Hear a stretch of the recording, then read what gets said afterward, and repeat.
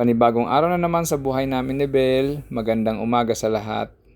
Tingnan mo nga naman itong 1.5 taong gulang na bata, marunong na magwalis, marunong na sa gawaing bahay.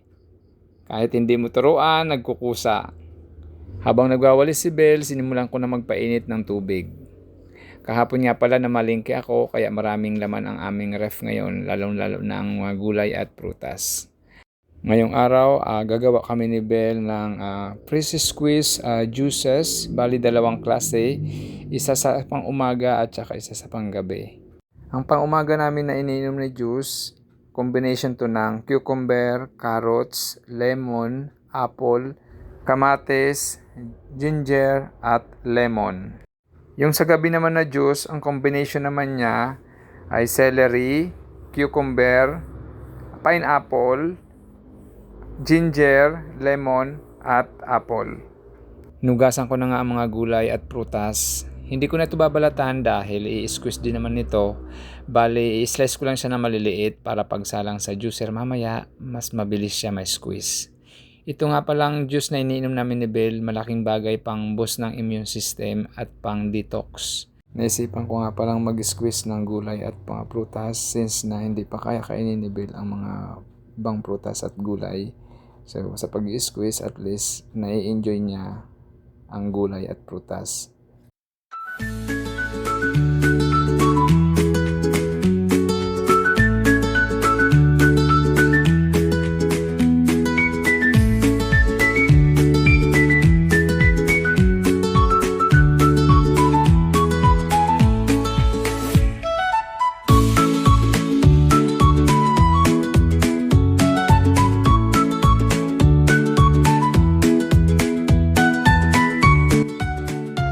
May slice ang mga gulay at prutas na iniinom namin sa umaga.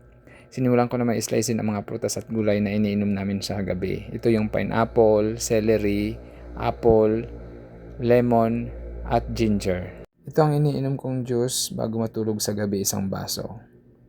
Habang nag-i-slice nga ako ng mga prutas at gulay, pinag-almusal ko na si Bel. Pancake. First time ni Bel kumain ng pancake, kaya medyo naninibago. Hindi si Bel masilan sa mga pagkain. Kahit ano ibigay mo, kinakain niya. Hindi ko rin sinanay si Bel sa mga matatamis at mga fried food. Mabait na bata si Bel at napaka-sweet. Mahilig si Bel mamigay ng pagkain. Pag may pagkain siya, gusto niya, sinishare niya sa iba. Ayan niya, sinubuan niya nga ako. Sa mga first time nga pala na nakapanood nitong aking vlog, ako nga pala si Papa Rams, single dad, full-time father and full-time businessman. Dati akong seaman for 15 years. Dito na kami sa probinsya ng Rizal nakatira ni Bel. Simpleng buhay, tahimik, ngunit masaya. Gusto kong lumaki si Bel na maranasan ang buhay probinsya. Sa wakas, natapos ko na rin islicein lahat ng gulay at prutas. To be honest, hindi madali maging single parent. Sa umpisa talaga nag-struggle ako sa pag-alaga kay Bel. Malaking pasalamat ko sa aking mga kapatid, lalo na kay ate at kay mama, dahil talagang full support sila sa akin. Lalo na pagka may kailangan ako or may tatanong ako na hindi ko alam, laging nandyan sila. Sa ngayon, nasa stage na si Bel ng kakulitan. Medyo mahirap kasi kailangan lagi mo talagang babantayan. Pero ito naman yung masayang moment sa pagpapalaki kasi may nakakabanding ka na, nagre-response na. Ito ang isa sa mga rason kung bakit hindi na ako bumalik ng barko kasi ayokong mamiss ang bawat sandali kay Bel. Gusto kong makita ang paglaki ni Bel. Gusto kong maituro ang mga pag-uugali na tama. Aminado akong malaki ang pagbabago ng buhay ko simula nang dumating si Bel.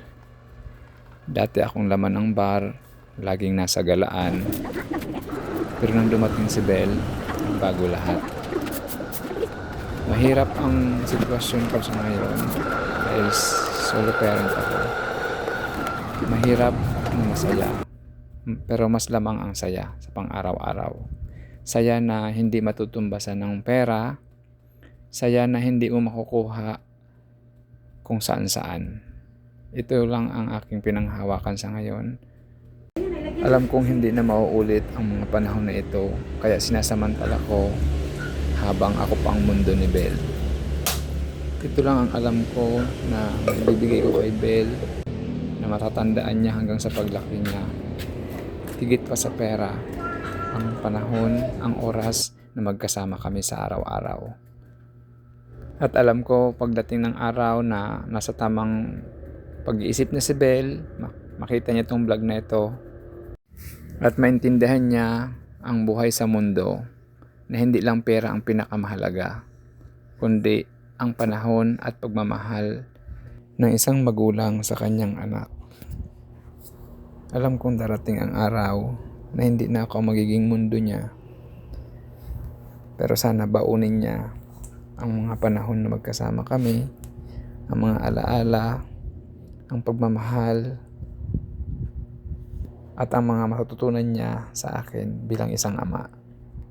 Hindi man ako ang perpektong tatay sa mundo, pero sisiguraduhin ko kay Bel, I am the best father in the whole wide world. At babaunin niya yon hanggang sa kanyang pagtanda at para sa magiging pamilya niya. Lahat ng tao may kanya-kanyang problema at suliranin sa buhay. Pero isang araw, bibigyan tayo ni Lord ng isang bagay na magagamit natin para harapin ang ating mga suliranin sa buhay at magpapabago sa atin para harapin anuman ang hamon ng buhay. At sa akin nga ay dumating si Bel. Ito ang nagpabago sa akin at lalo akong naging matapang sa lahat ng mga suliranin na dumarating sa akin. Alam ko malayo pang lalakbayin namin ni Bel. Marami pa kaming pagsubok ng dadaanan sa buhay. Pero isa lang ang aking pinanghahawakan sa ngayon. Bukod sa ating Panginoon, si Bel ang pangalawa sa kalakasan ko ngayon. Si Bel ang aking wind beneath my wings. Kaya sa mga single parents dyan, cheers para sa atin lahat.